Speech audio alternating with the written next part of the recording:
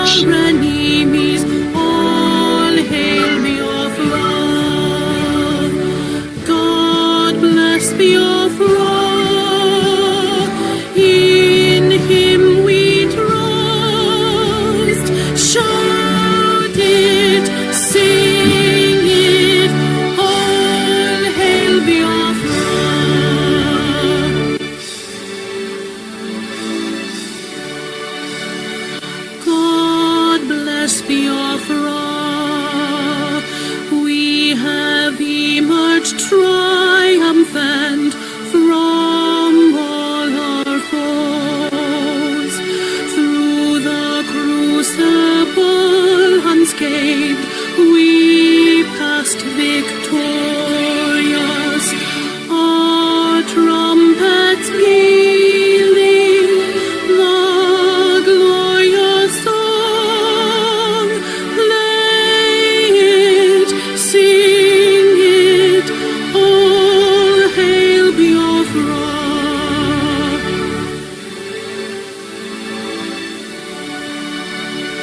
Oh, hail Biafra.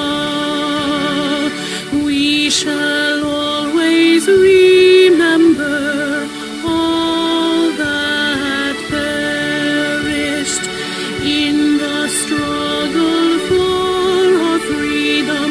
All hail our heroes.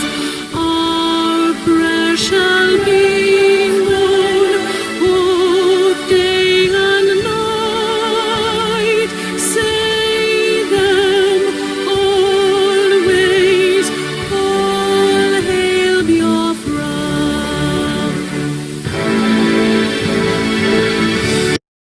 All hail Biafra. Signs everywhere, we crave humility. God guide and protect us all. All hail your wisdom, shielding us from fury, unleashed by our anointed might. Biafra, Biafra, shining forever. Wow, that was that one there. We're gonna go to the Odidua People's We're going Republic to now. write off of the 85% of the Persian debt, but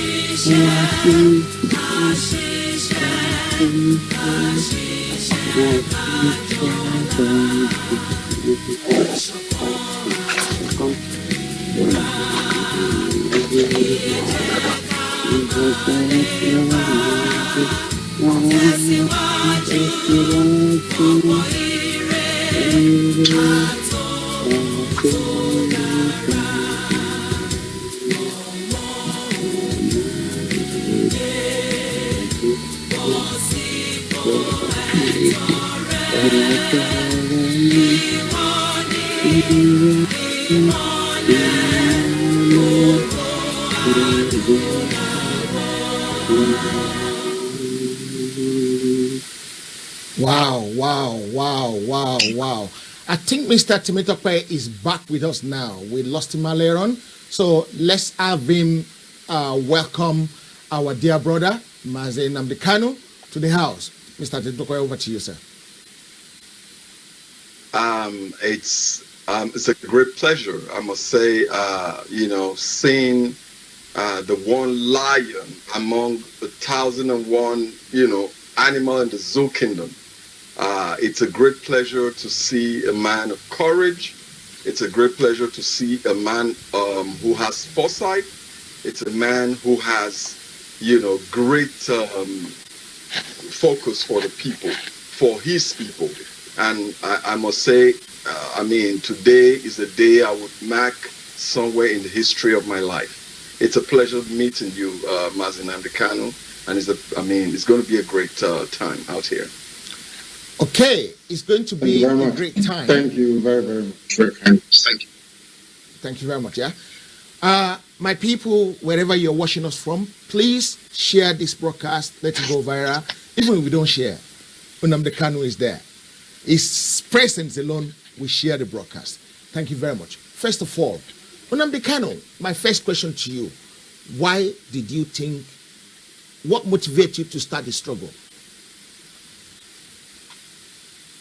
My total disdain and dislike for servitude, injustice, and repression of the that was why we went into this. Not something I would say that I went into consciously. It was a subconscious encounter. I felt that the time was right for us to try to make things right for us. It didn't start today. It's been a very long time coming. I recall most of my Yoruba brethren in London in those days, before 1999, before the return of democracy, we had ideas as to how things go, the lies and the duplicity of the politicians. But here we are today, as ordained by God Almighty of heaven, that we should be living this very card that I detest injustice. I hate backwardness. I do not like to see people suffer. Had I chosen to perhaps institute a scholarship in my village, I may have been able to help, say, 5 or 6 people. But where would I get there? Everybody is suffering. Families are suffering. People are dying. Children are being born prematurely. There is no health care, no good roads. Nothing seems to be functioning. The only way to address that type of problem is to approach it from a holistic perspective, to prefer solutions I will see to correct every ill in the society. And the best way to do that in the context of Nigeria is to try to set the people free. That's exactly what we are doing and we are supposed to do until everything, every blade, every meter of that very land is set. Okay, thank you very much for that. Wonderful. Maybe I should throw in one more question before I open the floor for my brothers. Another question I would like personally to ask you is, since you started, have you ever have any regret? Sometimes it can be very, very tedious and very, very tasking and demanding. I will be very honest with you there are some times where I've gone to bed and I'm thinking, what have I let myself into? But my singular motivation is the ultimate goal, which is freedom. The greatest love you can have in your life is not the love you have for your children or your wife or your family, not even for your village or your immediate community, but the love you have for your neighbor. And that is what propels us forward. The love that I have for Biafra, the love that I have for freedom, the passion that drives me every blessed day is to know that we are doing something that even God himself in heaven or earth. Therefore, I have never, in the generality of things, had any regret whatsoever. I will continue to do. And I have been on record many times, having said that I will sacrifice anything, sacrifice everything to ensure that Biafra land is liberated. And within that context, I have no regret whatsoever. It's been very arduous, very difficult, sometimes very tortuous, but I know that in the end, we don't ever cry. It's called the Thank you very much for that. So the next question, we go to Mr. Temitope. Mr. Temitope, the floor is open to you, to your model.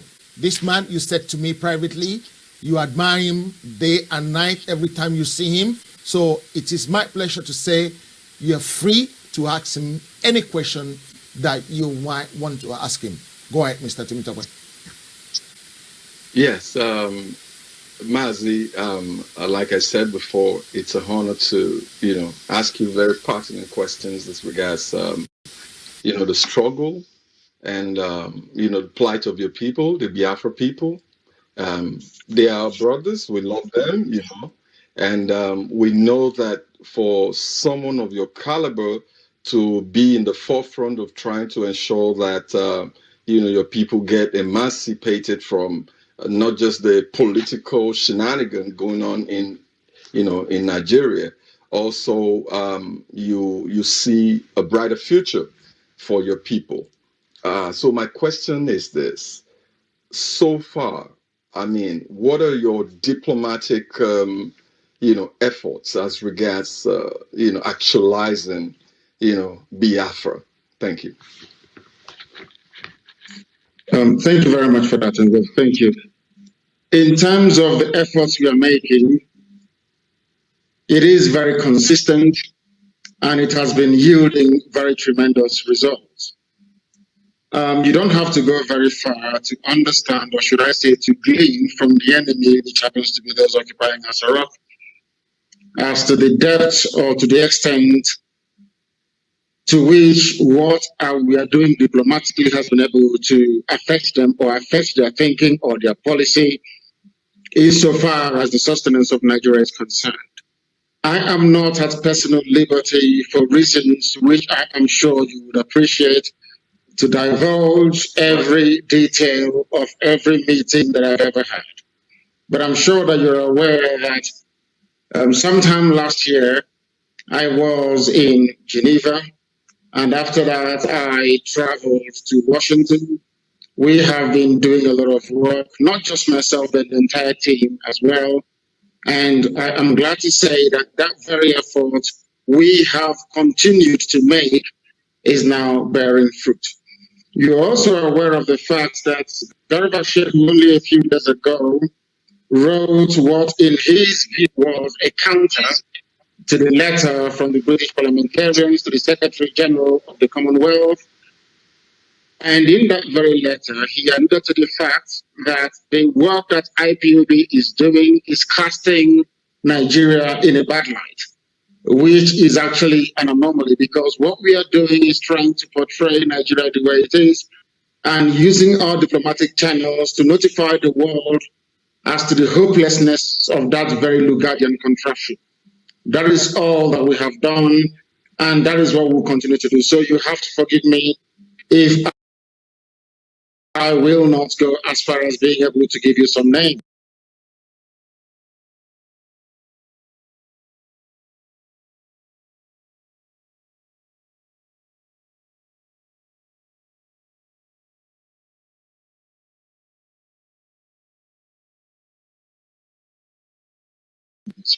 But we have been in those meetings and those should I say, consultations are still ongoing up until this very day. We know that the coming of coronavirus may have slowed things down a little bit. We also know that the focus of America right now is on their elections coming up. He's saying that roughly in 2 months' time.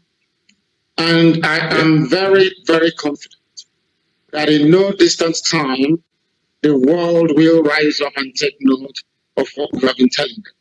But it gladdens my heart, so to speak, that people who were before a bit reticent, people who always sided with the Fulani Janjaweed, people that always propped up the decaying fabric of Fulani Janjaweedism in the zoo, have now realized that things can no longer go on the way it's been going on for years. They have spoken. And once British parliamentarians rose to say something about Nigeria, that should then tell you the extent that the work we have done has permeated the subconscious, should I say, of those people who in the past would have stood up to try and defend Nigeria. The way Nigeria is right now is indefensible. The killing of innocent Christians in the Middle Belt, the raping and pillaging, destruction of farm produce going on in the South, both in Biafra and also in Dudwa. As you well know, the death of the daughter of Pafasharanti, the Afalifere leader, and many other unspeakable and heinous crimes going on across Nigeria. In fact, it makes our work a lot more easier.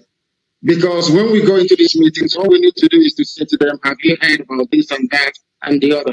And they come out and they say, yes, we've heard about it. And then we say to them, what are you then going to do about it? And that is what they're actually on the verge of doing right now.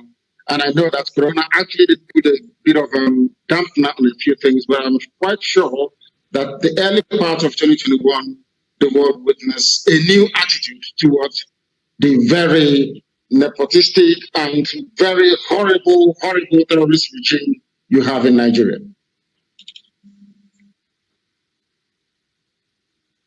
Right. I appreciate that. There's another question I would also like to ask you. Vis-a-vis your recognition with the United Nations, I mean, I'm talking about, do you have any kind of presence with, the United Nations, maybe registering like, the UNPO and all that? I just want to know if you have anything in that regards. The fact of the matter is that we do have a lot of consultants working for us. It's a very expensive undertaking, but that is the truth. And we have them working for us across the entire continents of the world. And it requires a lot of resources, both financial and otherwise. It takes a lot of dedication. And the thing about it is that you know that in the case of Biafra, it was as if we're starting from a disadvantage. Because for 50 years, the world was misinformed as to what Biafra was all about. There was a lot of hopes being peddled. As you well know, we lost over 5 million people during the genocidal war of 67 to 70, which was swept under the carpet in comparison to Rwanda, where they lost only 150,000 people. I'm not trying to in any way denigrate the life of those in Uganda, those that perished during that very horrible genocide. What I'm trying to say, I'm trying to sway what happened in Rwanda that obtained in Biafra. So we were starting from a highly disadvantageous position. The Fulani war chest is nearly 30 billion US. Make it deemed to be favorable towards Biafra is not something that we expect, because Nigeria is a sovereign nation and a member of the United Nations as well. What they seem to be advising, or what they seem to want to encourage, is a form of restructuring, perhaps back to 1960 Constitution or 1963 Constitution. And I have made it categorically clear that we are not going to have any of that, because our starting point is very simple. It is a moral one. The construction of the bringing into existence of Nigeria is an act of racism. That is our starting point. Mm-hmm. We must be able to see the creation of states within Africa as a racist construct by European powers that felt that they were superior to black people. That's our starting point. Now, the next question that I always ask when I go to meetings is this. Will you allow me as a black African to come to Europe and create countries for you or create nations for you? The answer I get all the time is no. Then why won't you allow the organic emergence of nations in Africa rather than this artificial colonial imposition? And once you try to drill down the problem to this, I'm sure they begin to appreciate it. But one thing you must understand is this. There is an element of, should I say, a supremacist mindset within those sometimes in the UN. And that mindset is this. We are white people. We created your nations for you in Africa. Who are you to try to untangle what we have done? You are a black person. You are niggers. They will not do this exactly. But as you can see, their faces, that's what they are thinking. They tell you all these things and they say, oh, try and go and resolve your issues. And when you say to them, we have divergent value systems, the very foundational block of any society is a commonality of value system, of tradition, of religion, of language, and perhaps of some kind of, should I say, social similarities. In Nigeria, you don't have it. I am more closely affiliated with a Westerner more than I am with a Fulani person. So once you keep drumming all these things down, after a while they tend to appreciate and to understand it. But anybody expecting the UN to rise up and make a categorical pronouncement on the division of a sovereign nation affiliated to them without any cause for it is grossly mistaken. And we're not depending on them or anybody else for that matter to make such pronouncements. They are waiting for us. They are looking upon us to try and do something, and that is what we have now started doing. And I think the 1st of October will be very, very pivotal. Thank you. Okay, let's go to Olayomi Koiki for another 2 questions before I come back to you. Olayomi Koiki, the floor is open to you, sir.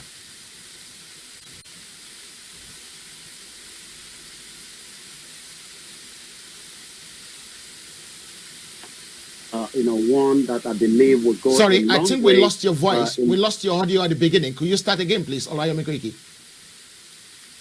I said, first and foremost, I'd like to appreciate Heritage Television for bringing this together. And I'm sure this is one area that a lot of people might never think would eventually come to happen today. And why do I say that? So many, people from the Yorubas always, have a different, opinion and view about the leader of the Biafra, Mazi Nnamdi Kanu, that I have opportunity, to sit down right now, in as much as we're using the technology, but it looks like on a round table and having this kind of discussion. The first question I would like to ask is, how do we build, these kind of, I understand there's been history between, the Yorubas and the Biafra. But where do you think, because I've listened to you so many times, since a lot of people might probably not get you right, each time you go harder on the Yoruba side, you are part of those that are making Nigeria to work. So my question now is, where do you think, looking at the images and what you've been saying in the last couple of months, of the Yoruba now saying they want the same thing, where do you think, or how do you think the relationship from what you have been saying to where we are now moving forward? It's a very good thing. I think most people don't understand that I was even more harder on Igbo people and Izon people than I ever was on my Yoruba brethren. What propels us is the need to establish the truth. That's number one. We acknowledge our mistakes and we celebrate our successes. Again, there was a very good reason why we adopted that very approach, because we wanted people to go into any self-determination quest with their eyes open to understand what they're going into. And I am very glad that today you have seen that we have woken up the Yorubaris. The Oduduwaris have now stood up because we consistently preach the truth over the years, not born out of hatred. My nieces and nephews are Yoruba. They come to my house and I stay with them. And I don't want to perhaps inundate people with historical facts.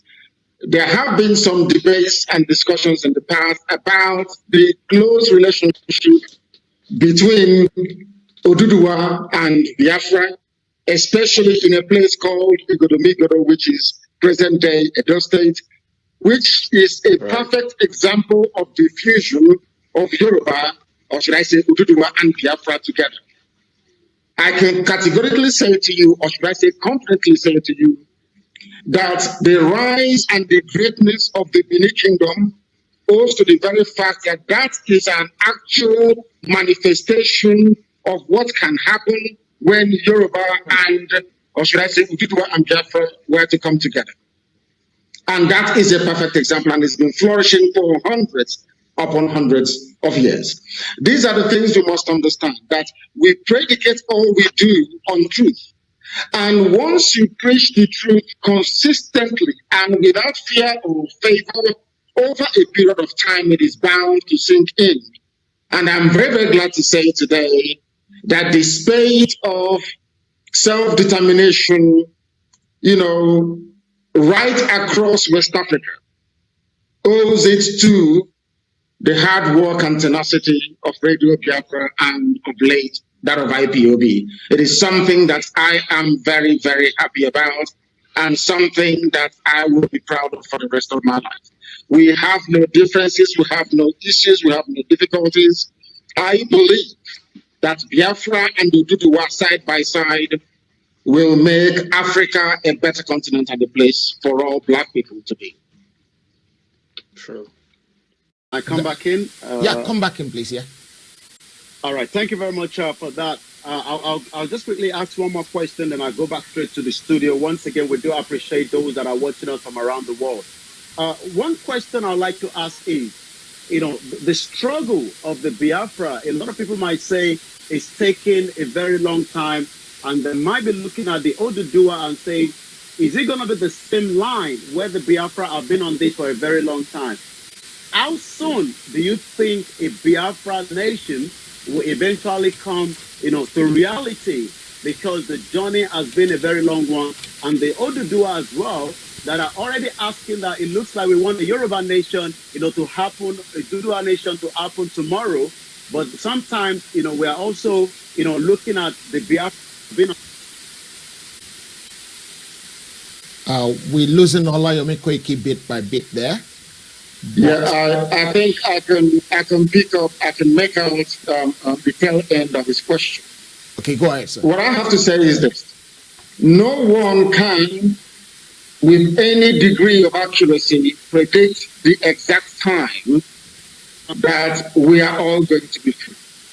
It is our hope and our intention that given our level of dedication, consistency, and hard work, that if Biafra and Oduduwa were to diligently pursue this very self-determination effort, not minding the few detractors that are now beginning to even emerge in Yoruba land, that sooner rather than later our freedom will be assured.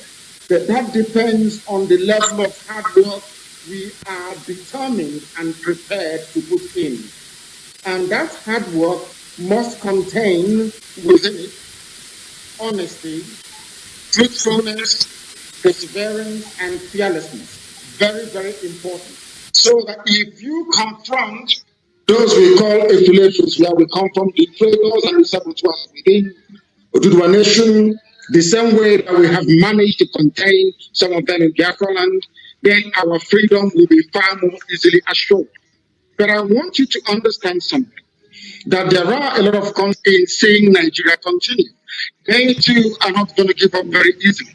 They too are going to fight very, very hard to ensure that Nigeria remains one because of what they gain from it, because of the deplorable levels of corruption, because of the high crimes taking place, because they can make as much money as possible from the corruption within Nigeria without anybody holding them accountable.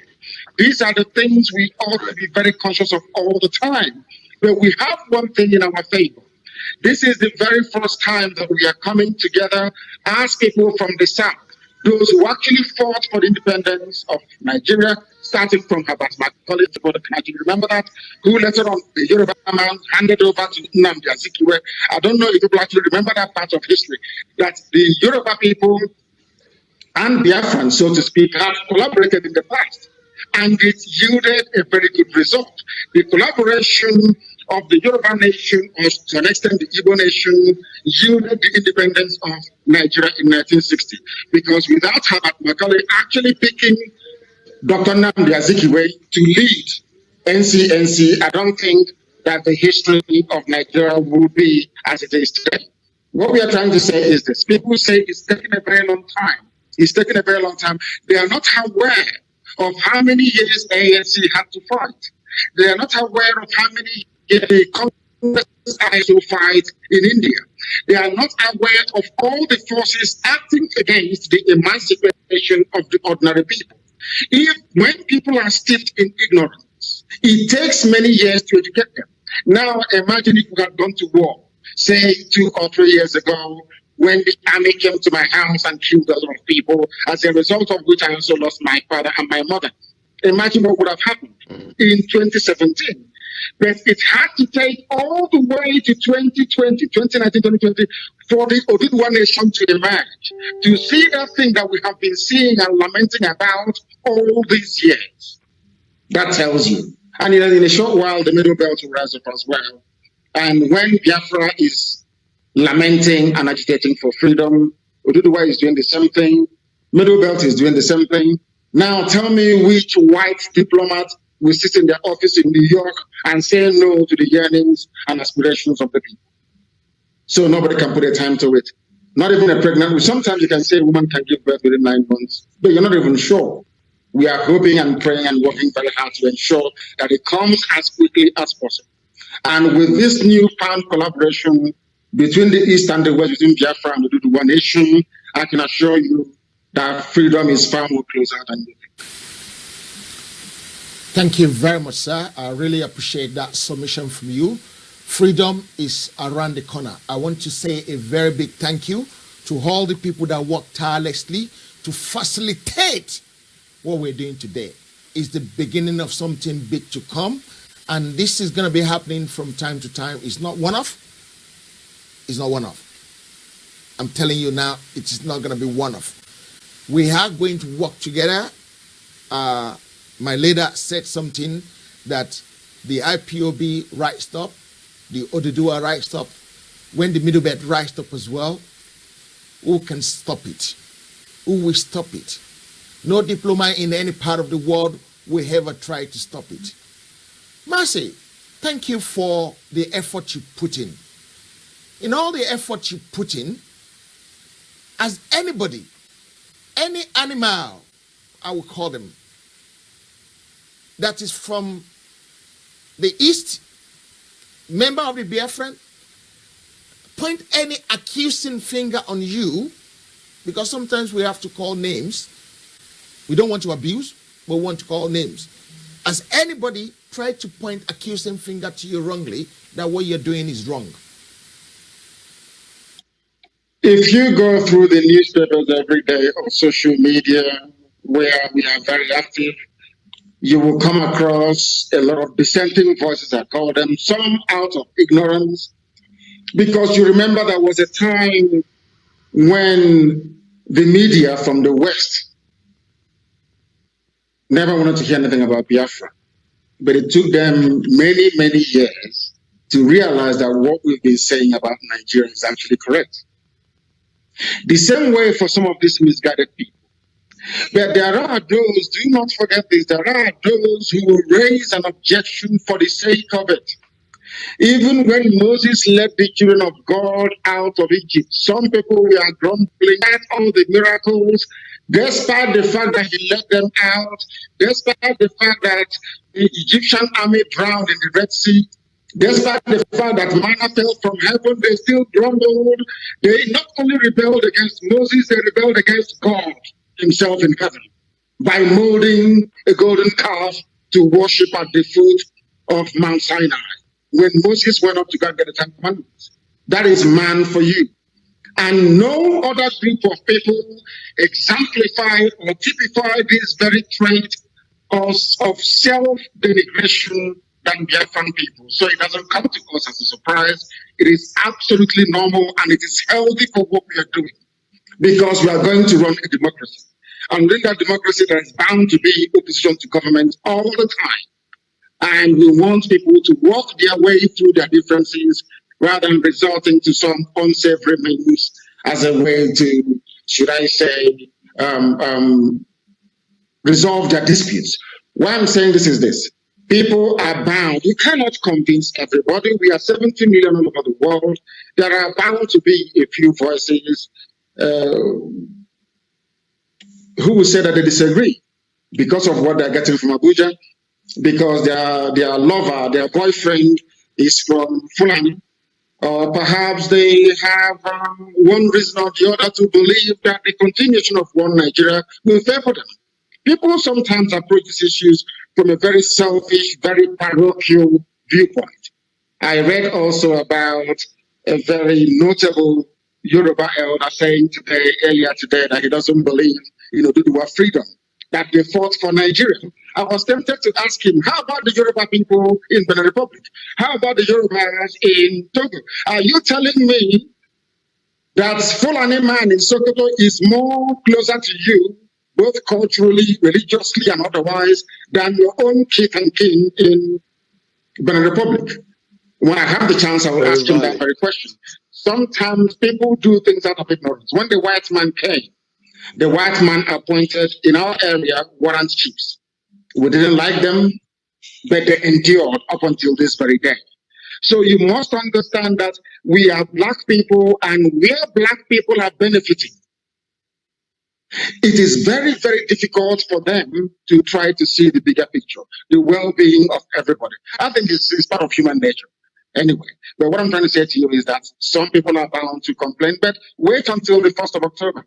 Then you will see how many people are in support. And I can tell you this, 99.99999% of our people are in favor of what we're doing. The very insignificant 0.0000 to infinity 1% are insignificant. They are hungry and they want to eat. Perhaps if they make a lot of noise, we can recognize them and give them some money. That is human nature. But we are not deterred. We are moving forward and we are winning. And Asorok knows we are winning.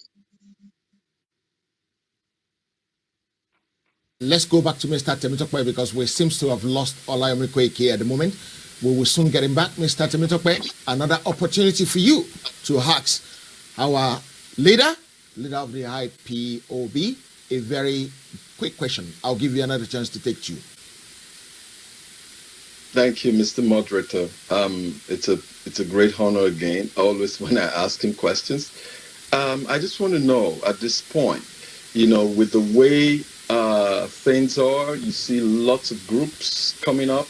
They say, oh, I belong to that group, I belong to this group, under one, agitation, under one ethnic agitation. You have so many groups.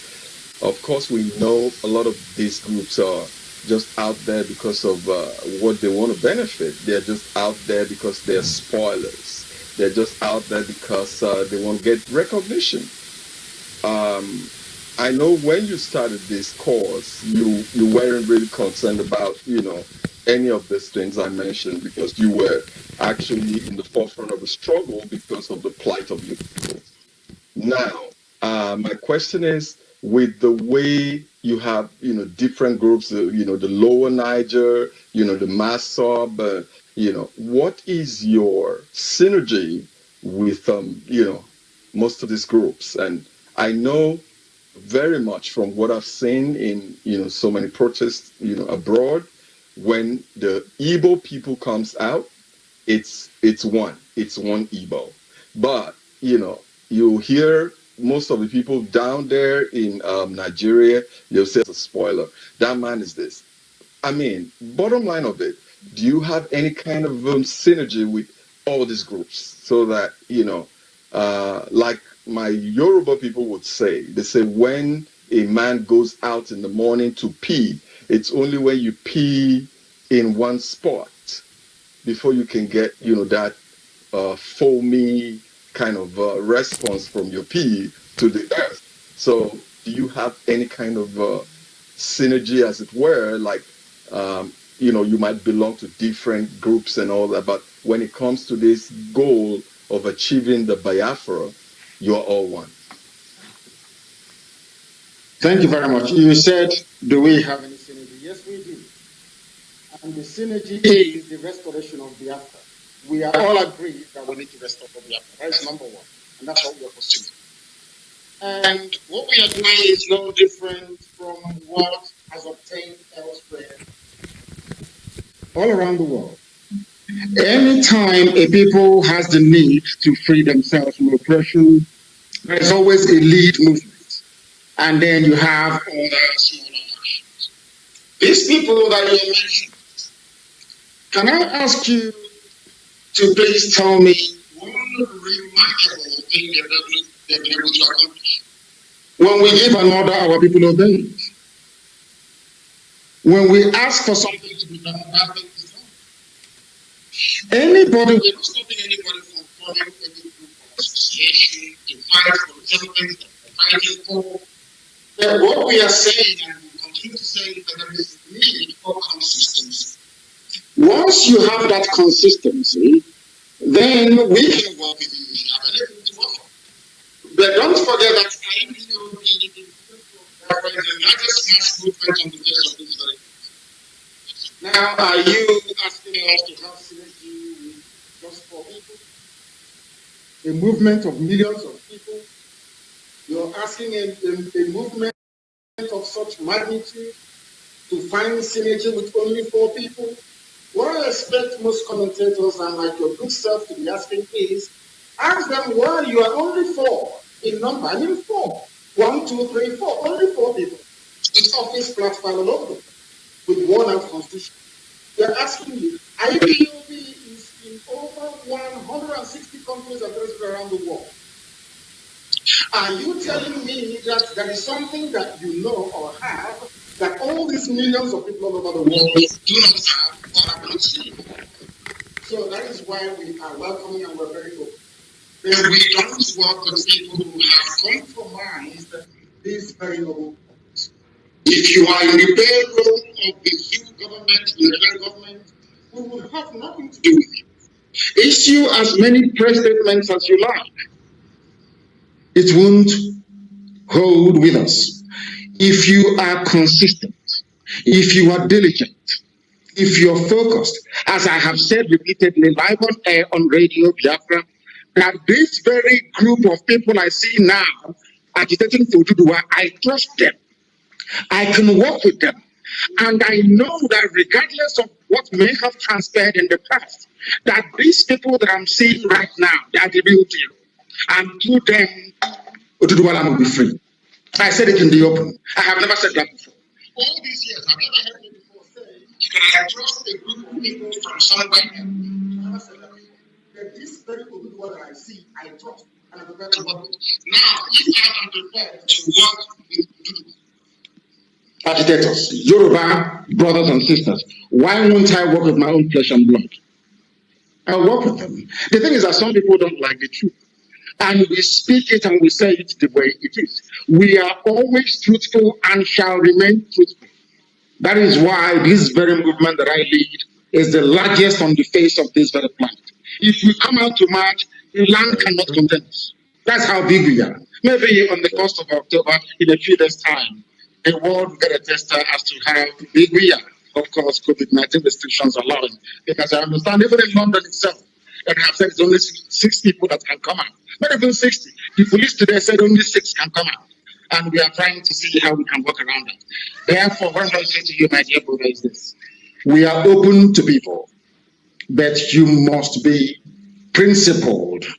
You must be disciplined. Morning, noon, and night.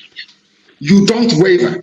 Any day they call you from Answer Rock and give you one SUV or give you some money, and you start to live at peace with the oppressor, then you're finished. That's who we are. That's right. Thank you very much. Yeah, I mean, thank you for that very tacit answer. I was, of course, expecting that, and I was only playing the devil's advocate because I wanted to challenge my Yoruba brothers, my Yoruba, family in Nigeria, across the world, to say, we need this strong bond. Because I heard you say in the beginning that, there are dissenting voices. We do not have any dissenting voices. As a matter of fact, we do not have any dissenting voices. Like you rightly said, these are persona non gratas, as far as I'm concerned. These are people who have lived their lives. They probably have, used up their children's destinies, and they're trying to, waylay and destroy others who are, presently in a situation where they really want to come out from. So they are very, very, they are not important. So with the Adua people, from the words of our leader, Professor Banji Akitoye, we key under that fact that we are one. It's normal even among 12 of Jesus. There was a Judas. There will always be Judases in situations. We don't care about the Judases. What we care about is the 11. Are they doing some work? Are they actually going with us in the dimension at which we're actually going? That is what matters. So I really, really thank you for that, very, very great answer. Appreciate so much. Okay, so we're going to go back to Olayomi Koiki quickly, even though I don't know what happened to his image, but we're still going to pick his voice. Olayomi Koiki, your question, please. Okay. All right. I can see myself, but I will have to come back in and come back out. But let me quickly put the question quickly. Once again, we do appreciate, not just, heritage. We also appreciate, the leader of the, the Biafra, Mazi, Nnamdi Kanu. I have followed you on Twitter, and I could see how active you are, on Twitter, in terms of getting the message across. But the question I want to ask is, what is the power of the media, in negotiating, these new Biafra nation that, that you've been on for a very long time? Because I could see that, the mainstream media, just as the attack that does on the, on Trump, as we can see right now, but you have used, the little, power of the media, to penetrate, the message across the world. What is the role of the media in getting exactly, what we will eventually get, but as at now, what is the influence of the media, of today? Thank you very much. It's a very important question. Without media, you're sunk. Before we started this very movement, we studied why we failed between 67 and 70. And the key factor as to why Biafra collapsed was lack of media access. We had no media presence. The world was oblivious to what was happening to us. We suffered the second worst massacre in the history of humanity, only second to the Jewish Holocaust in Europe, and nobody knew about it. Absolutely no one knew about it because of lack of media exposure to the message that our great late leader, Dim Jukwemeko was trying to pass to the world. We had to rely on BBC, not knowing that BBC was a mortal enemy of Biafra. But now we've learned our lessons. Because as a saying where I come from, if you don't say you're somewhere, nobody will put you that you're there. And we are now changing the narrative, as one of our people quite rightly at this program. What we are trying to do is to let the world understand and appreciate what we have been going through, what we are going through now and what we are likely to go through in the future. And media is very, very key and pivotal, not just any media. You must speak the truth always, regardless of the consequences. You must be very, very diligent and resolute, always. And once you have those ingredients in place, there is no way that the message you're propagating will not fly. The Yorubas, they have a certain advantage because the Yoruba are well established.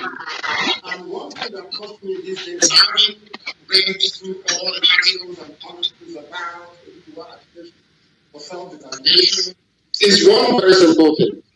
The way they approach their coverage with so much humility and understanding, unlike their previous hostility towards Biafra. Because maybe now they've realized that what IPOB has been doing, what we have been doing all along, is correct after all. Now that their own people can see it, now that the Fulanis are in your forest, now that your daughters are being raped and your mothers are abducted and cut into pieces, now that their cattle have now used your cassava, your yam, and your every farm produce you have as fodder. Now that Miyetti Allah is everywhere. Now you understand the true intentions of the Fulani. That is why I concede to what my brother Tontobo said earlier, that those who oppose what we do, they are either benefiting from the system or they are blind, because the Fulanis will not stop. They will never ever stop until they dip the Quran in the Atlantic Ocean. That is a historical fact. That is their mission, and we need to stop them. We cannot stop them on our own.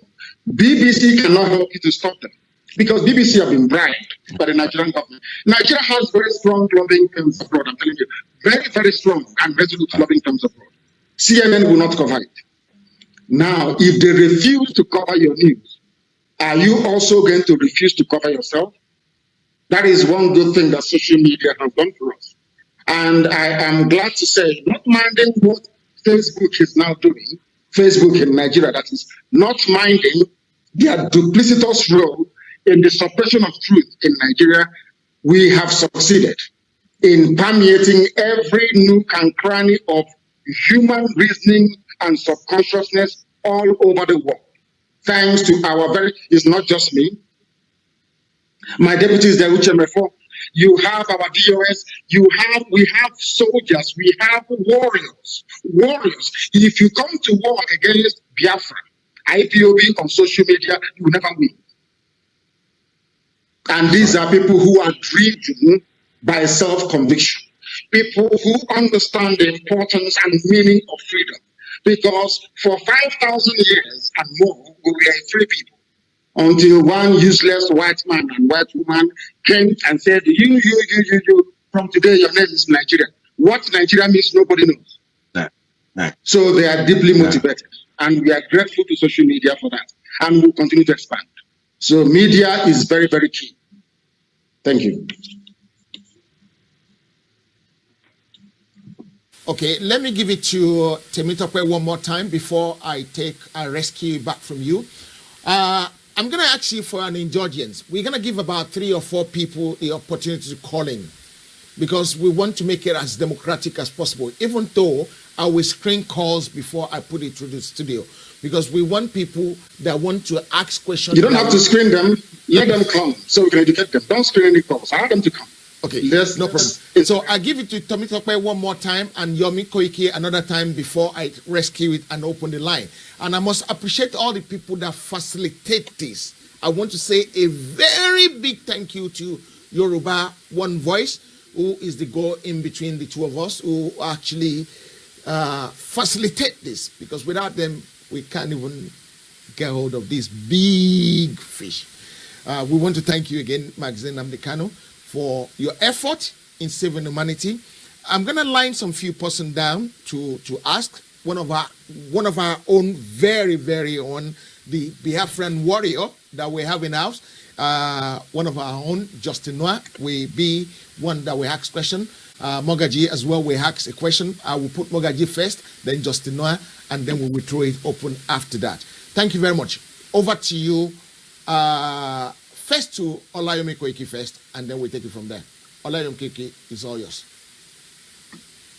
Well, once again, I would like to appreciate an evening that I'm sure a lot of people will have to remember for a very long time. 29th day of September 2020. And just as as a media person myself, would always like to also put the time in there. Is exactly 18:40 p.m. right here in London, where we are, getting this kind of engagement that I'm sure is being around the world. And history will remember not just yourself but also the dedicated followers. My question is, how have you been able to manage this movement?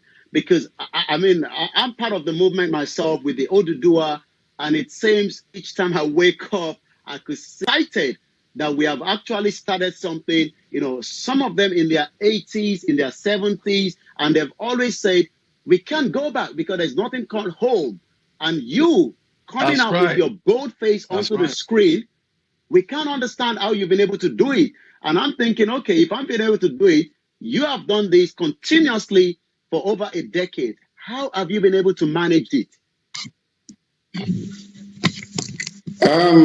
Is through the grace of God. I know it's a cliche, people say that all the time, but without the spiritual dimension, I'm not sure we'll be where we are today. I am a highly spiritual person. This very work we are doing is divine. I did not wake up one day and decide to fight for the people. I was compelled to do so. And before we embarked upon this very journey, I prayed and I prayed and I prayed and I fasted. I went to Jerusalem and I prayed at the temple, the same temple that Jesus Christ used to pray in. And God said to me in my own quiet little way that when the time comes, I will give you all the people, all the instruments, and all the energy you need to fight this very battle. And God has not failed till this very day. In fact, I can't explain it. If not for the grace of God, I don't think that we would be where we are today. That is why we continue to speak the truth and to keep our hands very clean and to dedicate a bit more. So that's all I can say about it. That is not, I don't think that all my years of working and of managing people in England actually prepared me for this, because this is something entirely different. So I can only say this through this very special grace of the Most High.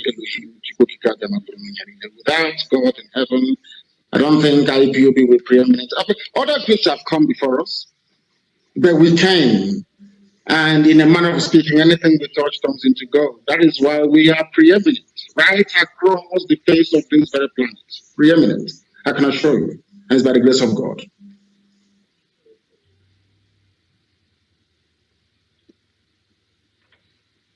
Okay, Olayomi Koiki is over to you, sir.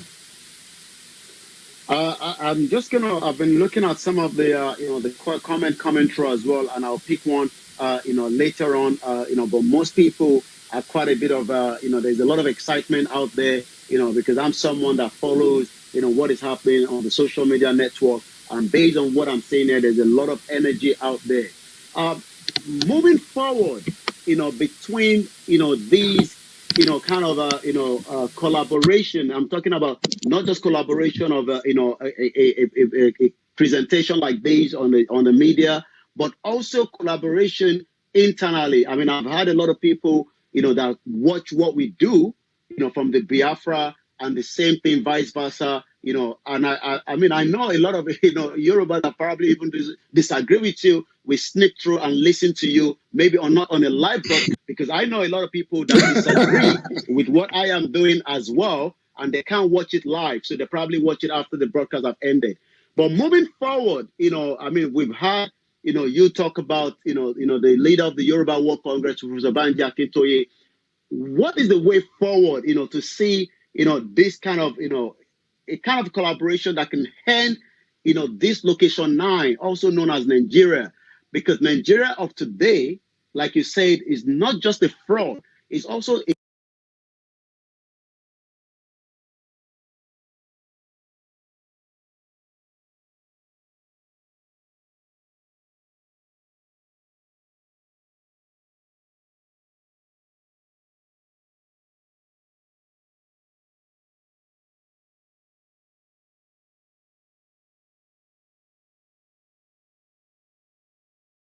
A lot of Christians have been killed and Muslims as well. What do you think will be the way forward as a kind of collaboration so that those international community will really take us serious, that we are not joking and we are not just talking on the social media? I think that very process have actually commenced. Anybody who is a regular listener of my program will know that I have a lot of regard and respect for Professor Akintoye. I like him personally. The same regard and immense love that I have for Paya Debanjo, and the same degree of compassion, respect, and regard I have for Yoruba, one voice all across the world. And as I said, I don't have any other way of putting it, is that these people I'm seeing now, this present class that is emerging from Yoruba land to lead this very agitation, I have been waiting for them for very many decades. We have been waiting for them to come out. And now that they have come out, believe you me, you will see how things will turn around very quickly. We are working together. I'm not going to avail you of all the details of our discussions, but we meet quite regularly. Off camera, of course, to strategize on ways to build, to deepen our relationship. And as I've always said to them, maybe in time to come, our children may decide that there is a lot in common between Biafra and Ududuwa, that the two should be one country. Or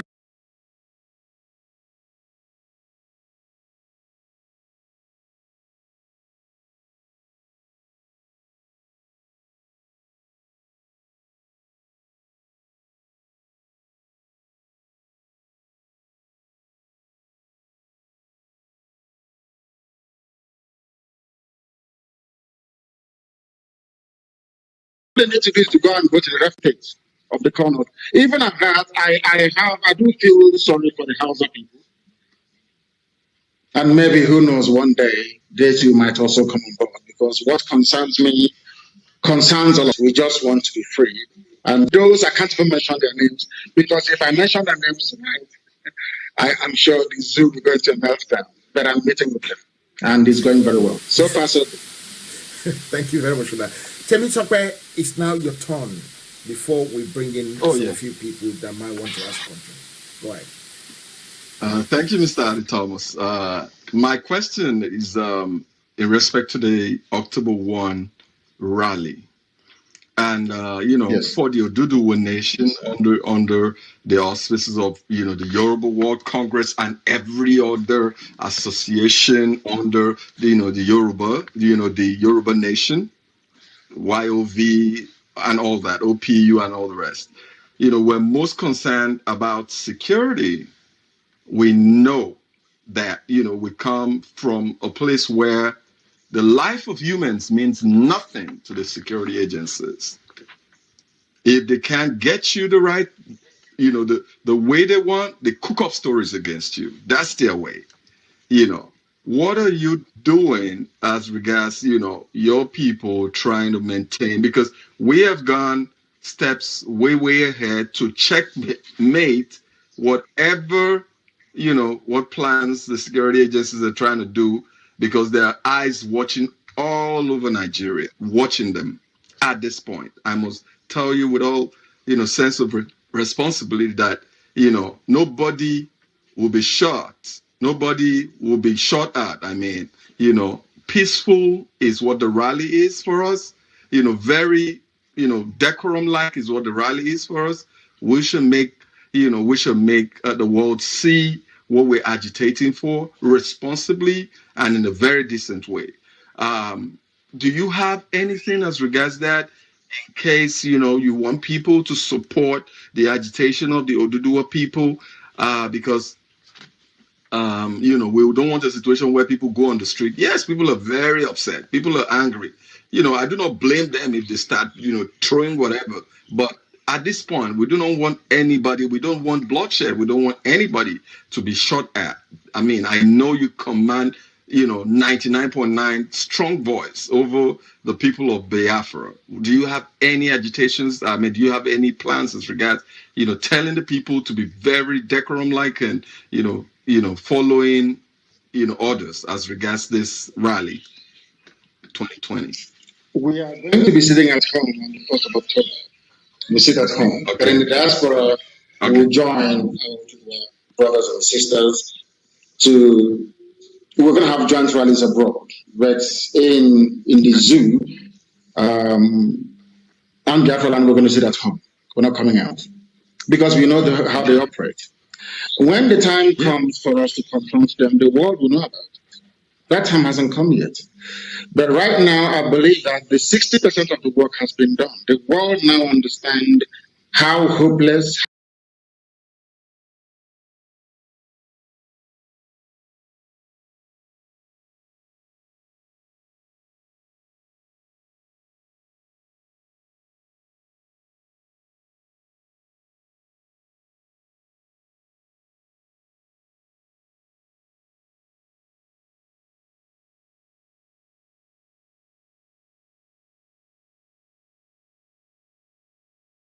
how back Nigeria itself, we have rallied in the past. It is the police and their provocative attitude.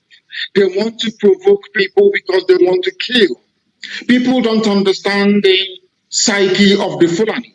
Fulani deploy terrorism. When they cannot blow you up with a roadside bomb or get Boko Haram or ISIS to kill you, they use their army and their police to kill you. The whole thing is designed to terrorize. And the reason why they think they will succeed each time they do it is because they employed the something against the Hausa people, they were successful. They employed it against Bagi people, they were successful. They employed it against Nupe people, they were successful. They came and took a sizable chunk of Yoruba land in Ilorin, they were successful. They even came to a gala, forced the other of the gala to convert to Islam. They were successful. They went all the way to Jukun and did the same thing and they were successful. They have now taken over Bacha. They have taken over everywhere. And the instrument they use is coercion and force. Terrorism all the time. Not by some faceless groups, no, but by the army and the police. Ask them, have we ever confronted you before? The answer is no. I was in my house when they came to kill me. Did you see me going outside during my rallies, killing anyone or fighting anyone? The answer is no. They were not happy about the number of people that turn out to see me when I go to speak. And because of that, I kill. That is the way they are. You can't stop them. That is the same where we come from. And then somebody who is God.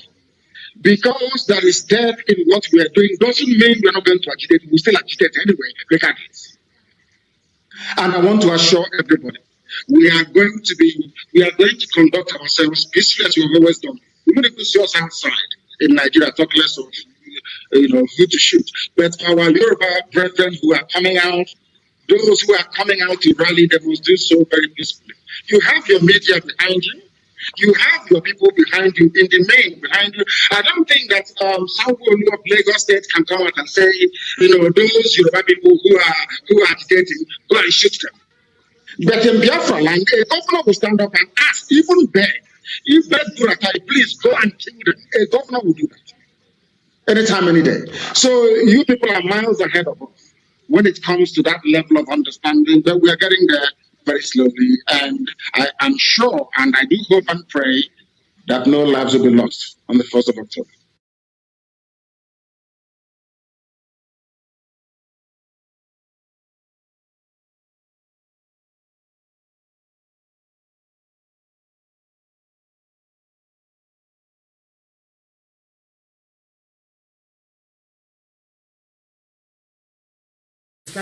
Please remember to share. The reason we're doing this is to bring a big force together between the Biafra and the Oduduwa people so that we can get to our promised land as soon as possible. I employ everybody in media, whether you're a media or you're not media person, please share and get it done.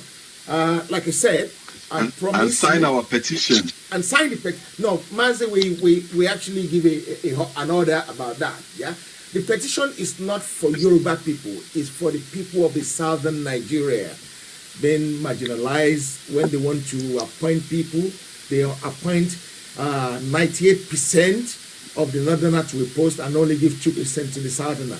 That's not how they do things. Please, please, please, please.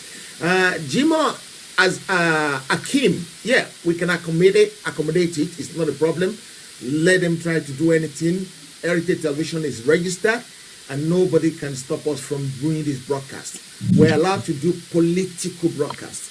We're allowed to do political broadcast. We're not inciting hatred. We're just preparing the world to prevent another Rwanda. Because if we don't do this, this is what is definitely coming. So I want to employ everybody. Please like the page, share the broadcast, and watch out for more present appearance from Mazi Nnamdi Kanu, who is the leader of the IPOB.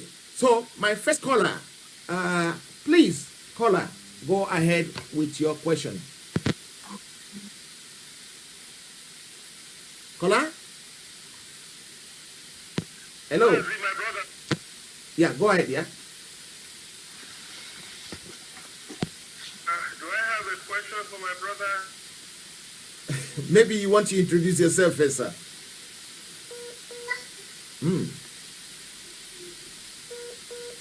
Okay, I think we lost that caller. Did you know what we're talking about? No, we lost the beginning of the thing. We lost it. You can start now. We can hear you now. Go ahead, sir. Go ahead.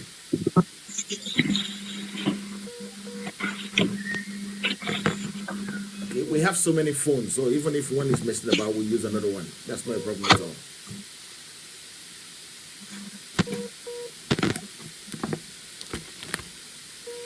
Okay, let's try one more time and see what we can get into. So that one is not going through. I'm going to try and bring that gentleman back in. While we're waiting for the gentleman to come back in, what do you think we can do to get more Yoruba people, Oduduwa people on board of this agitation, like you managed to get a lot of Biafran behind your agitation? Mazi. It is visible and visionary leadership. You must be visible and you must have vision. You must articulate the people, and also in that very process be approachable. All the time, all the time. Those are the key ingredients. Consistency is the key. Consistency, never waver. They will come, they will threaten you. If that doesn't work, they will come to bribe you. If that doesn't work, they will try to kill you. As long as you survive all these pitfalls and remain resilient, then your people will begin to emerge and join the struggle. It's as simple as that. Discipline and application. I have my first caller. Caller, your name, where you're calling from, and your quick question, please. Hello, Mr. Ade. This is Jocelyn. I want to say hi to Mr. Mazi Nnamdi Kanu. Good evening, sir. Yeah, I can hear you. Actually, yes. I would like, because I've never been able to call in during one of your question and answer program because the line is always busy. And it's been a great work you've been doing, and we appreciate everything you've been doing. If not for you, most of us would have been sleeping. You've really done a great job, sir. I give it to you. Kudos to you. I actually love you so much, and I pray that we get Biafra as quickly as possible because we all want to come back home and build the nation. Actually, I've got a couple of questions to ask you, if I'm allowed. Yes, go ahead. Regarding the consistent killings of the indigenous people in Nigeria, because it's really gotten out of hand. So what I'm trying to ask is, would the international community, would they ever step in without any kind of face-off? This is number one question, okay? And then the number two question I have is, one moment, please. Number two question I have is, because I know the Nigerian government will never, they will never call him for any kind of discussion to get freedom for our people. If they don't do that and they decide to go with Wazirike, will you be able to work with him? That is my number 2 question. And then number 3, which is a very crucial one, is the Fulanis and the Janjaweed. I know if at all there's going to be a breakout of war in the nation, and our people wants to come in, those in the diaspora wants to come in to assist us. And knowing fully well how these people operate, they might want to block everywhere all the entry ports. So how will our people be able to step in to come to assist those battles? Those are my 3 questions to you, sir. Thank you. Thank you very much. Before Thank you very much. Before our leader answers that question, can I say something quickly, sir? We don't want people to ask a strategic question that can truncate our effort. There are some questions we will not reveal our tactics out in the open here, so I will hand it over back to the leader. Go ahead, sir. Thank you very much. Thank you. On the first question, why is the international community slightly reticent about, should I say, appointing a special envoy that will be campaigning or trying to take the issue of the killing of innocent indigenous people very seriously, because the indigenous people themselves have not done anything. Let me tell people one thing they don't understand. Hitler had the most fearsome army in Europe in late 1930s. He was killing everybody. He was deporting Jews. He was gassing them. He was killing them until they got to Poland. They got into Warsaw, the Warsaw Ghetto. And the Jews of Warsaw Ghetto held a meeting and said, if we don't, we are going to die anyway. If we don't fight back, we are going to die. If we hand ourselves over to them, they are going to kill us. At least let us try and fight. The Jews of the Warsaw Ghetto were the first people to fire in anger against this mighty war machine that is the Third Reich Army. And from there, other people summoned the courage to fight Hitler until Hitler was defeated. Hitler was sweeping through everywhere, killing everything in sight, conquering and pillaging, until they got into Warsaw, into Poland. And the poor, wretched Jews in the ghettos said, to hell with all this nonsense. We must fight. Even if we are going to die, let us die honorably. That was when Europe realized that Nazi army, they're actually humans. And they summoned the courage to fight them. We need to do something. If they're in your village, you must drive them out. Until 2 people are fighting, nobody will come and ask you what is the problem. If it is only one person killing all the time, the person will be, oh, but please, what are you doing? What did they do to you? Until 2 people start to fight, nobody will ask you what is the problem. That question never arrives. And that is the question that we need the world to ask. So we are asking all indigenous populations to rise as one. That is why this collaboration between Biafra and Middle is very important, and we are hoping and praying that the Middle Belt will come on board. And once this happens, you will see that all the attacks will stop. If they know that an attack against the Middle Belt is an attack against the Duduwa and Biafra, they will stop. If they know if the attack will Duduwa, that Biafra and Middle Belt will come to their rescue, they will stop. That is the key. And coming to the second question you asked, we don't care. There is also a saying, I do apologize to our Yoruba brothers and sisters who are listening, and of course to some foreigners, or should I say white people, Europeans who may be participating in this program as well. There is a saying where we come from. I don't know how to explain that in English. I don't care how Biafra comes about as long as it comes. If they like, let them go and pick who is the worst slave we have in our area right now. There's quite a few of them. If you like, go and pick the worst slave you have in Biafra land and negotiate Biafra for that person and we support that very person. Once the end actively support that very individual. And coming to your last question, once hostilities commence, which I'm sure they will do because these are Fulani people, all they understand is war and terrorism. There will always be corridors. People will always come in. After all, Eritrea fought Ethiopia. It is a landlocked country. Still, the people came in from Europe and from America to come and fight for independence, and they won. What I can assure is that people should remove fear from their eyes. Once we commence, we are going to win. Not just us. Oduduwa will win, so also will the choreographer Republic of the Middle Belt. Thank you very much.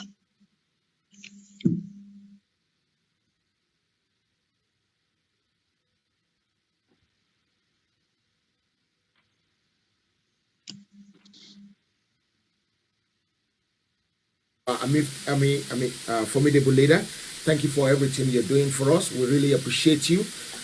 We don't want to keep you too long because I know your broadcast is always very powerful. Can I give you about 3 minutes or so to address us as you wish, and then we continue from there? Over to you, sir. Thank you very much. I wish to advise everyone who is listening, every lover of freedom, that we must remain very, very resolute and tenacious in pursuit of this very noble objective. Not just for Biafrans, as I said before, but for everybody who is oppressed within Nigeria. I'm sure that when we started, a lot of people misconstrued our message. A lot of people misunderstood where we were coming from. But I'm very, very glad and happy that today see that we Biafrans mean well for everybody. We have never conquered anybody before, we've never been to war before, never forced anybody to speak, because we are Democrats by instinct. Genetically speaking, we are Democrats. The very first democratic constitution in the history of humanity, of mankind, was written in our land. Therefore, we believe in equity and fairness. Sometimes our industriousness may be misconstrued as being aggressive, which is a clear case of misrepresentation. What we want is for the well-being of everybody.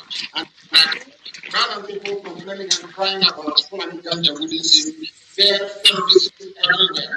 All we need to do is to stand up together to say enough is enough. On the 1st of October, Biafra and the Oduduwa will stand together to say enough is enough. Once federal government is game over for the Ganja, it's a very simple thing we can do. And we must always learn to ignore the idiots in our midst. The idiots in our midst will come. These are black.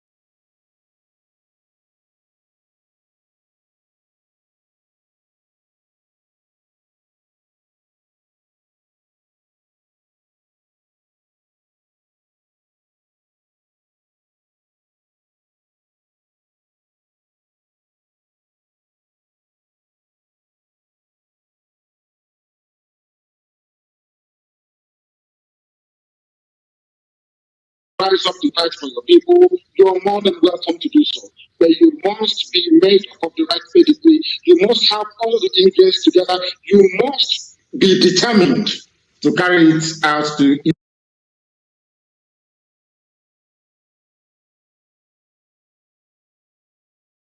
its logical conclusion.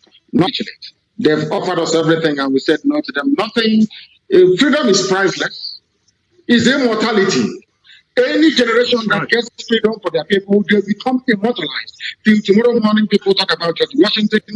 Forever and ever, we talk about Nelson Mandela. That's how life is. Once you fight for your people, you become an immortal. That's the meaning of it. And money cannot buy that. There is nothing in this life that money can buy. Nothing. Ultimately, everybody dies. You don't go to the grave with your cars or your big mansions. The only thing you have with you is your name. And once your name remains on the face of this very earth, you're referenced and mentioned every blessed day as the class of people that got freedom for their people. Complete. And you're going straight to heaven. That I can assure you. Thank you very much.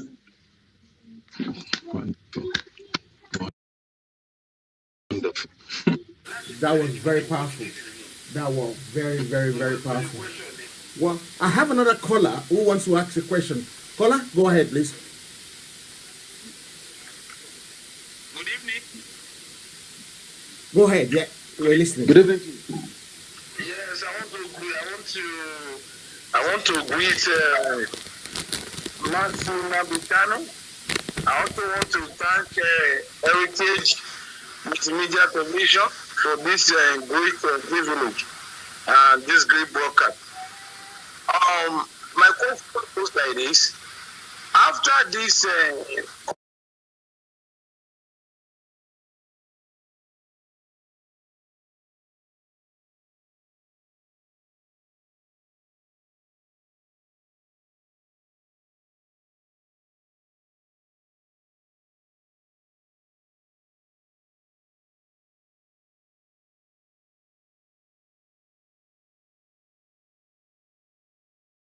but when it's on second or third, if it continues, are they going to be with us? I just let me ask that question. Thank you. The simple answer is yes. Once you continue to be on the streets, of course, we will join you after October the 1st. Absolutely critical. We will do so. And I don't want people to underestimate the depth of cooperation.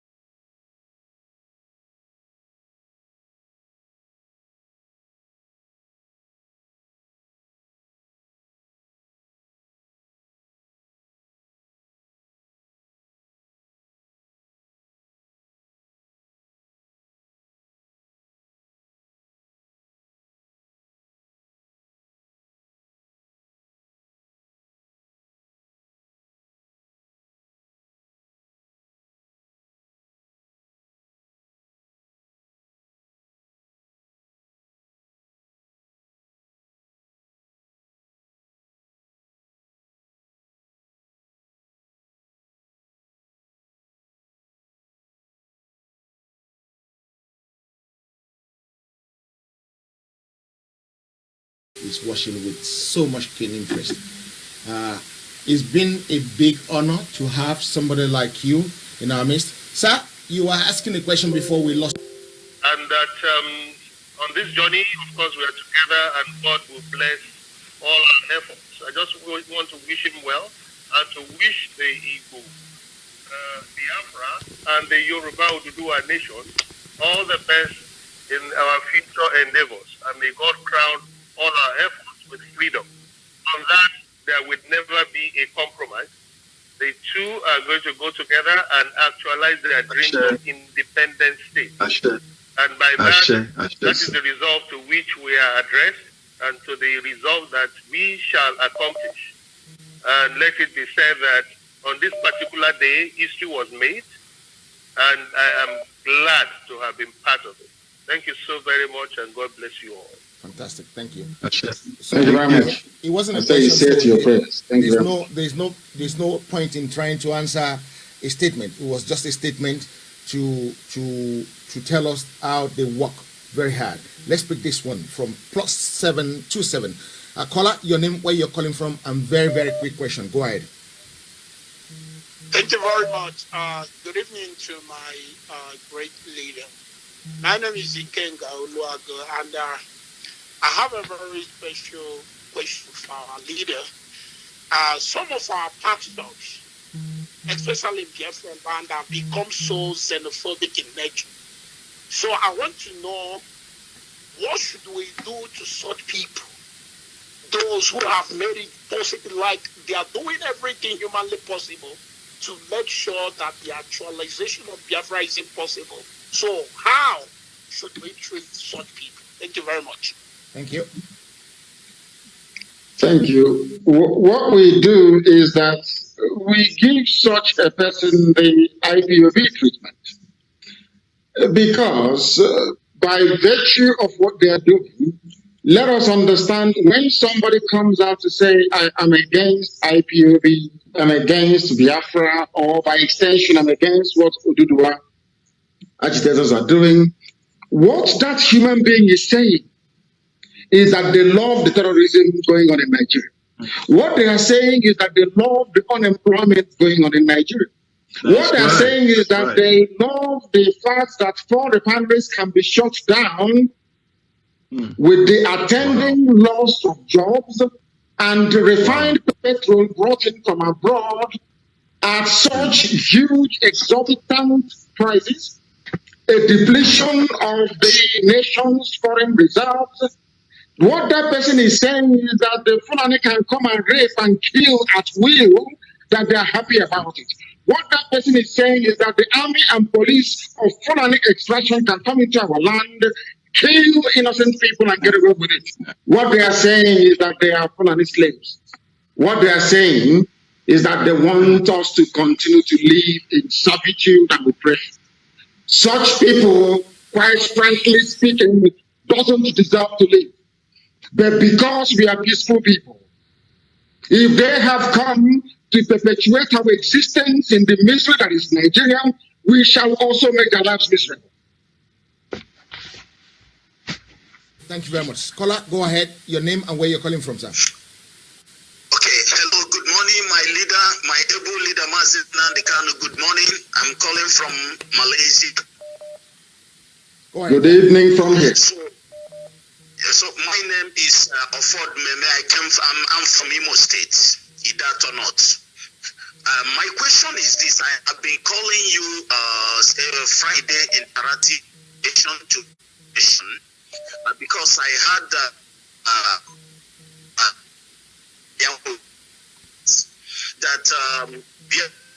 we not leave zoo.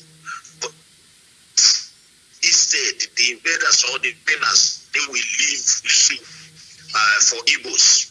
Now, my question is this: what is the preparation of John Nnayamodo in case if the invaders or the Fulanis refuse to leave the zoo for Igbos or refuse to leave for Igbos? Is there any preparation? Did Modo have up to 1 million people or 500,000 people to chase the invaders or the Fulanis out, as he said that we Igbos will not leave the zoo for the foreigners, and instead the foreigner will leave the zoo for Igbos? That is my first question.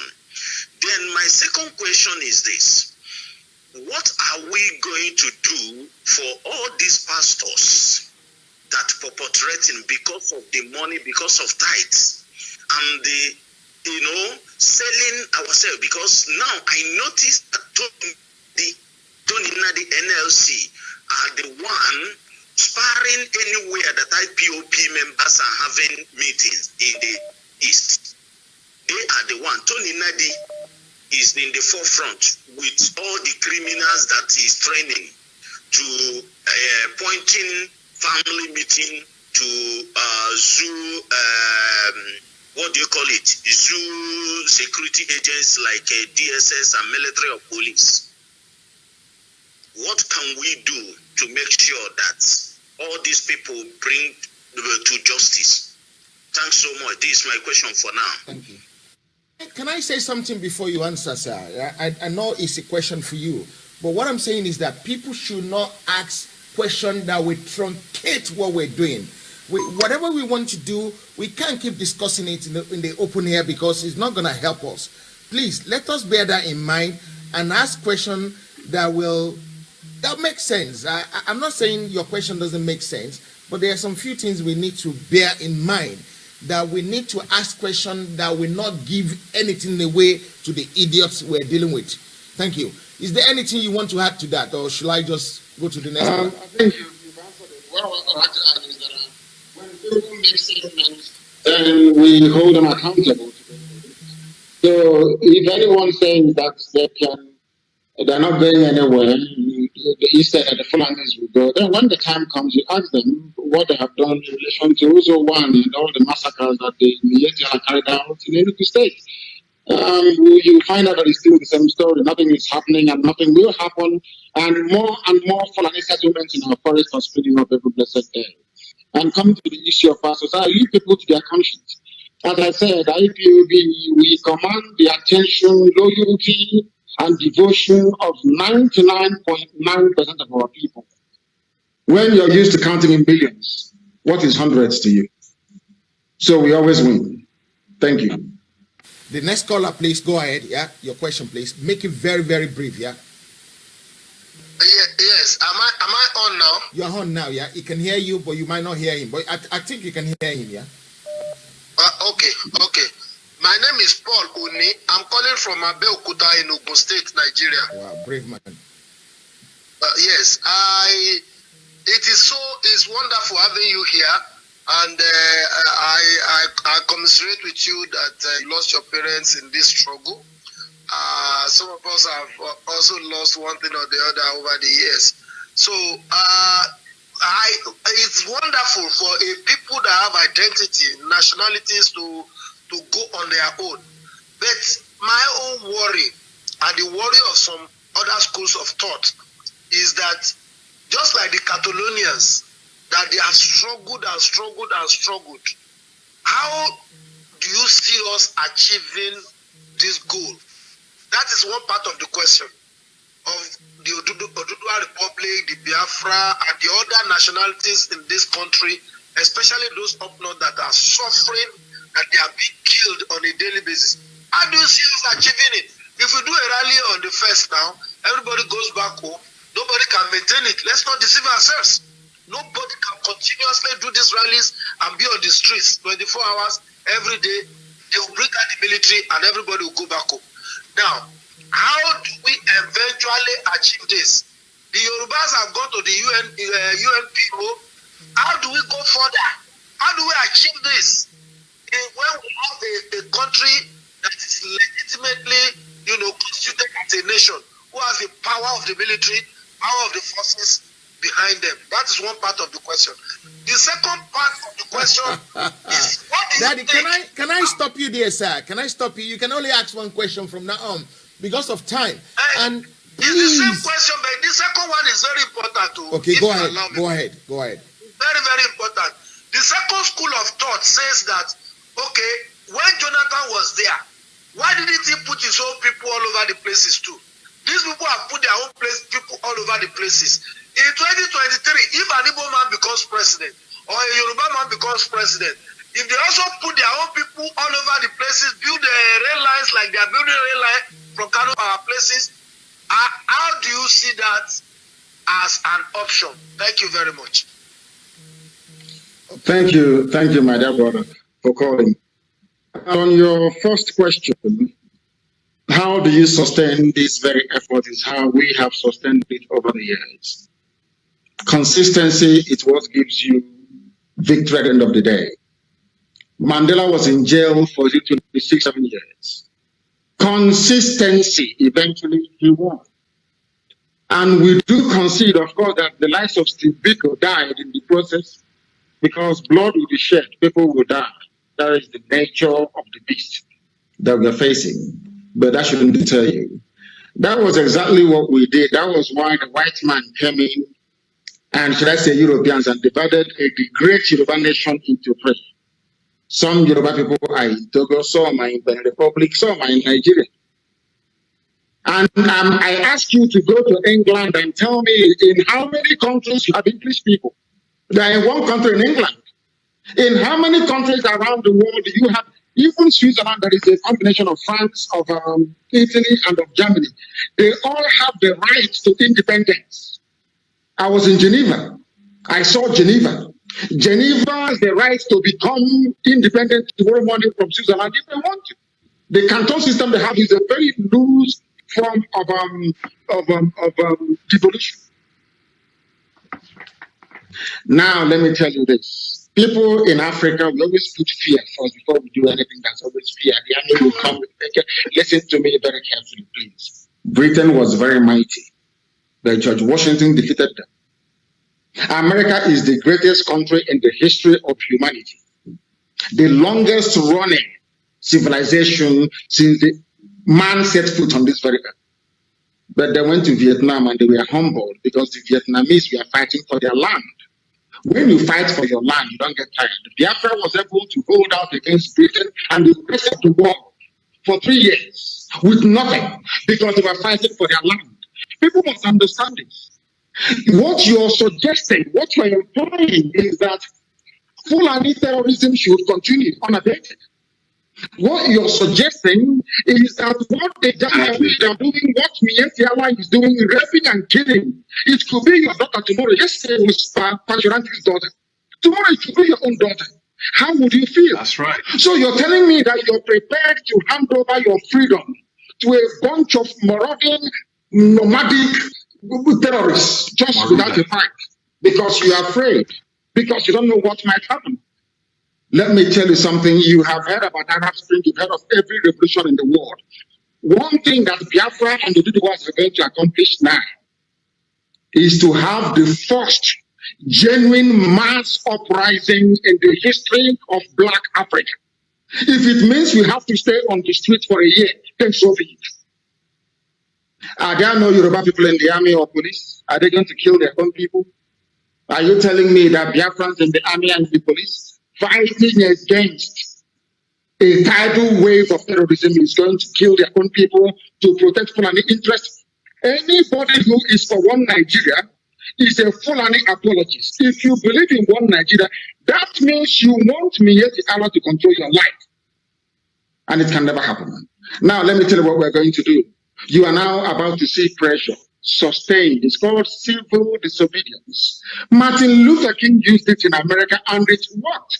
We go to our libraries, we write theses on this, we write projects on this, but the implementation is the problem. That is the issue with a Black man. To implement that thing they have read is always a difficulty until we came and change the narrative. It's called civil disobedience. There are many ways you can disobey the government. Do it. The world will not understand how dire and critical your condition is. These are the things you must appreciate and understand. Coming to your next question, you have want every Yoruba person in the world into your cabinet. NEPA will still not give you life. Schools will still be very, very poor. You know why? Because of the Nigeria rests. Nigeria is resting on corruption, ineptitude, and mediocrity.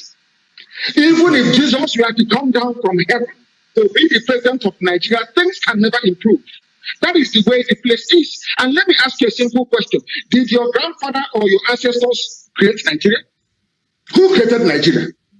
The man that created Nigeria to serve the interest of his country, not your interest. And you, as a Black man, you have come to sustain such falsehood. And that is why you cannot develop. That is why you have no electricity. That's why you have no good roads. That's why you have no housing. That is why if you graduate, there are no jobs. Because we as Black people, we don't go back to the root of the problem. We always prefer cosmetic, outlook, or should I say outcome. The fact of the matter is this. With this new alliance now in place, the zoo will crumble. And I hope there will be no election in 2023. You know, when I was calling for election boycott, People don't know the meaning of it. They don't know the meaning of civil disobedience. Imagine if we had boycotted elections in 2015 or 2019. Do you think, what do you think will happen? By now, that restructuring that some of you are calling for, they will be begging you to have it. Because nobody voted, and the world will be asking, why didn't they vote? They are angry. Only then can the world step in. This is just simple common sense. And I'm sure we can remain resolute enough to carry this thing to its sweet conclusion, I would say. Thank you very much. Mr. Moderator, sorry, I have one word for Paul Oni. Can I just give him the word?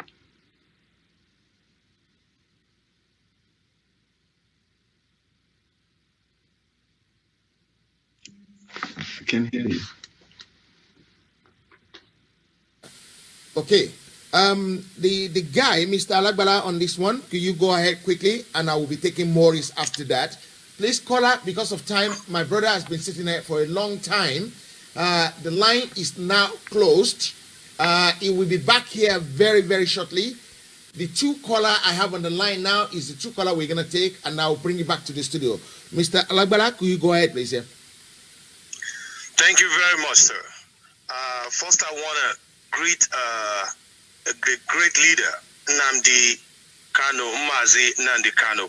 Thank you very much for honoring this. This is a history in making, as they say. I only have one question, but before I ask that question, if I may say, and borrow from the word of Disraeli OTT, who said, education makes people easy to lead, but difficult to govern. Easy to rule, but impossible to enslave. You see, the level of education of our people is why we're getting some of the opposition we're getting. I don't want to mention name, but somebody was asking how, why. I don't think this is a platform for that. The question is Nigeria a divine creation? No. Then who created it? Anyway, I don't want to waste our time with that. My question is regard to amalgamation. We have just started this agitation in Yoruba land, and we're getting conflicting reports about the amalgamation. Some are saying there's a clause that says it lasted for 100 years. I read an article by Babangida that it was there. Clearly, he said Lord Lugard amalgamation was only supposed to last for 100 years. Our leaders, our elders in it, I know you have been in this struggle for a long time. I know you are a lawyer, a very respected, learned person. We're watching how you are taking meticulous decision. So you must have known something. Can you shed more light with us now, the Yorubas, what you know about the amalgamation? We know who signed it, when they signed it. Is there a clause? And if there's anything in that amalgamation that can help our cause and our plea in the international community? Thank you very much, sir. Heritage, thank you for this opportunity. Thank you very much, my dear brother. First of all, let me make a correction. My deputy HMFO is a lawyer, not me. I'm not. I am a political economist. I am not a lawyer, but I did do some laws as an elective as an undergraduate. Now, coming to the amalgamation document, that very part of the document, has been destroyed by the British. The only thing we have is the commentary on that very documentation written by the Lugard himself. Lugard alluded to that very document as a footnote in his main, the thesis he wrote about amalgamation, the reason why he did it. Now, that document we've been looking for, we have not found it. But there was another written correspondence from Lugard to the Secretary of State for the Colonies, making reference to that very part of his recommendation that the zoo should last for only 100 years. But we have never found it. The same way they have destroyed most documents relating to British atrocities during the Biafran War. The same way they have destroyed this very one, because it is in the interest of some people in England to repatriate to Nigeria. It's their creation. They are very happy. You know, when you train a child and that child is a graduate, are you not very proud of that child? The same way they're proud of Nigeria is our creation. So if you go to England, they will say the most populous black country in the world, we created them. They didn't create themselves. And anybody, if you don't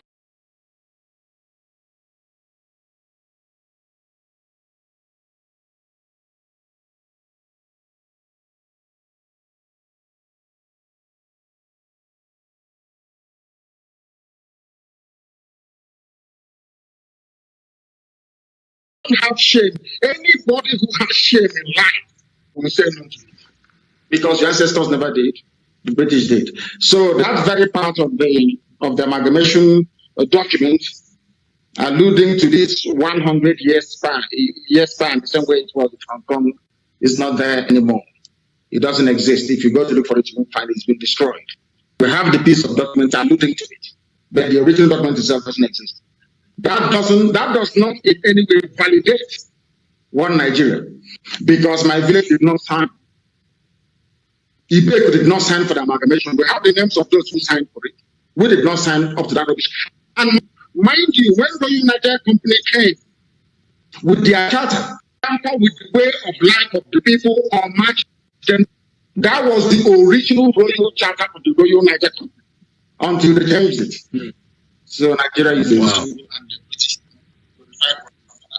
Thank you very much. Okay, the last caller now is a gentleman from Togo. Okay. Could you please maintain the level of noise behind you, please? Go ahead. Your question? Okay. Yes. Good evening. Go ahead. I have two questions for Mr. Nnamdi Kanu, please. Number one question is this: we are having a lot of influx.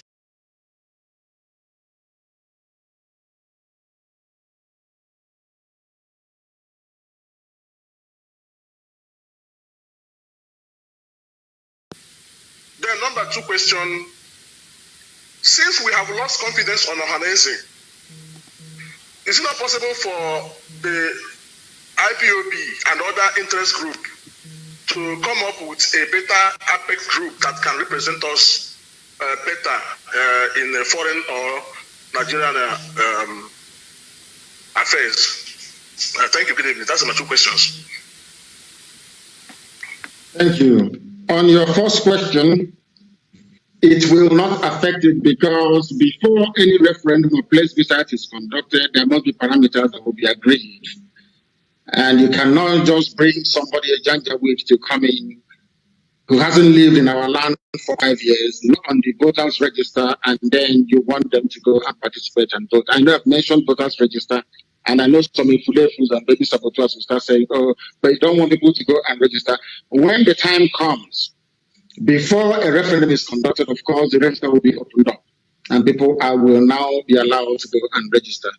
And if you have not been dominant on land, I think that's the international standard. Up to 5 years, you're not allowed to vote. And I'm sure that a referendum will come sooner rather than later. So they cannot vote. Coming to Ohaneze, that is, Ohaneze as an institution is fine. It is the people inside it that's making it look bad. So I do believe very strongly that, when this present crop of very corrupt, compromised leaders are out, then we'll have the likes of our own version of Baya and Jahu there and speaking the truth every blessed day, not minding whose ox is God. That is the type of men we need. Mbazulika Mejis of this world. People stand up and speak the truth always. Not when you speak the truth, you get a call from Abuja and then you start messing yourself up the next day. No. And I'm sure it's going to happen. We want to leave that office in the next 4 months. Maximum is up. And a new breed will come in. And may God help them if they mess up this time around. Thank you. Great. Thank you, our formidable leader. We really appreciate your effort. We thank you for what you've done today. It's been a lovely day, a great day in the history of mankind, because this is the beginning of something good to come that will deliver us. A force that will truncate the effort of the zoo government that will give us what we're looking for. I would like to sincerely and privately thank Mazi Nnamdi Kanu who has been with us for the last 2 hours or so, 2.5 hours nearly. I want to say a very big thank you for coming today. Should we arrange another one for the future time, or should we leave that one and arrange that one privately? Hopefully it will be, we'll have one close to when the time the referendums will be held, or referenda will be held, both in Biafra and Oduduwala. I will be glad to come, yes. Great. Thank you very much for that analysis. Guys, I want to say a very big thank you for you even watching the program. And I'm sorry we couldn't answer all the calls. The calls, I probably have about 638 missed calls already. I'm sorry, guys. Your last word, Olayomi Koiki. And Thomas say a good, thank you once again for making it out. And I'm sure, Heritage, Mr. Ade Thomas says, the future is brighter. And like I have already put a stand on it, we will not hold election in 2023. Amazing. Amazing. Thank you very much.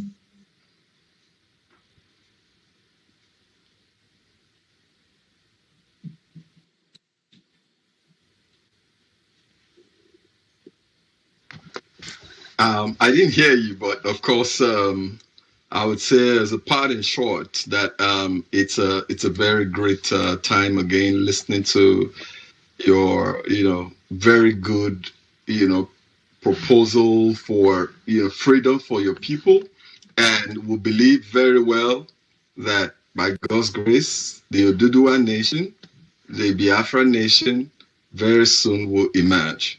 Thank you very much again. And it's a pleasure actually having you here. Thank you. Thank you. You're kind. Thank you.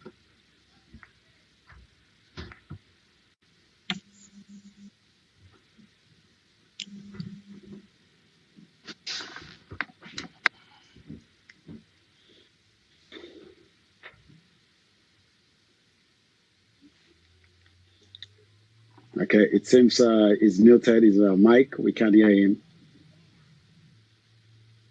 We lost your voice. Okay, can you hear me now? I'm sorry for that. Yes, About the referendum, you can now, yes. The title of the referendum is Protecting the People of the Southern Nigeria from Fulani Genocide. And it says, are we going to wait around and see another Rwanda happening in the southern part of Nigeria?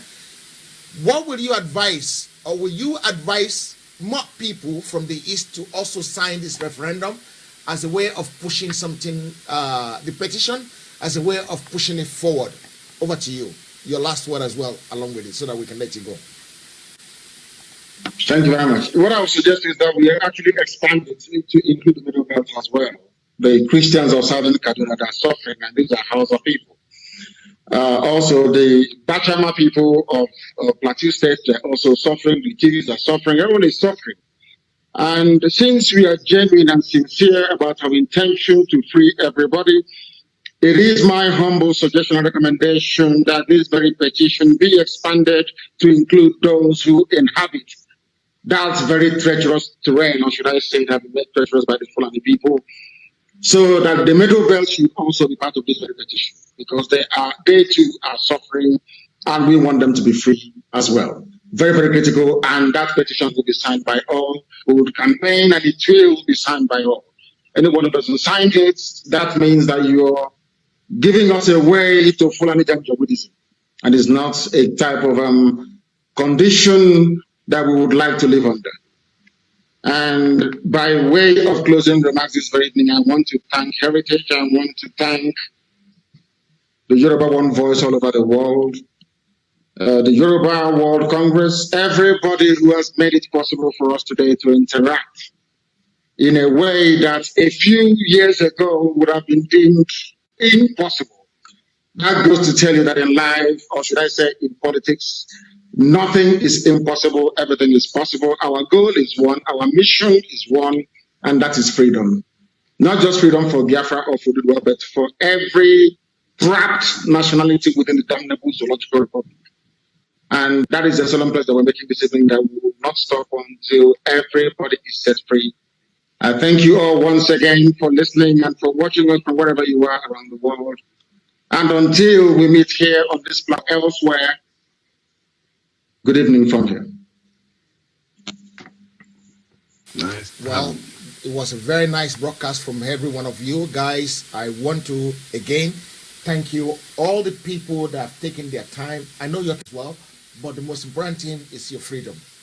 Your freedom is more important than anything else in the whole world. I want to thank everybody who has been listening. I want to thank everybody who has been watching. I want to thank everybody who has supported this program. From everybody that tried to call in and couldn't get in. I'm so sorry that you couldn't get in, but it's just the way things run. The petition has been pinned underneath there. I will amend the headings tomorrow so that we can move on and get it signed to the right figure. Once again, the leader of the IPOB, Mazi Nnamdi Kanu, we thank you for coming. Guys, until again we come your way again, I remain loyal to this and committed to this struggle. And Heritage Television remain committed to free everybody that wants freedom across the black African states of Nigeria. We don't want to be part of it again, and we will not be part of it again. From everybody in the studio today, and from me, we want to say thank you very much, and God bless you. God bless you. Thank you.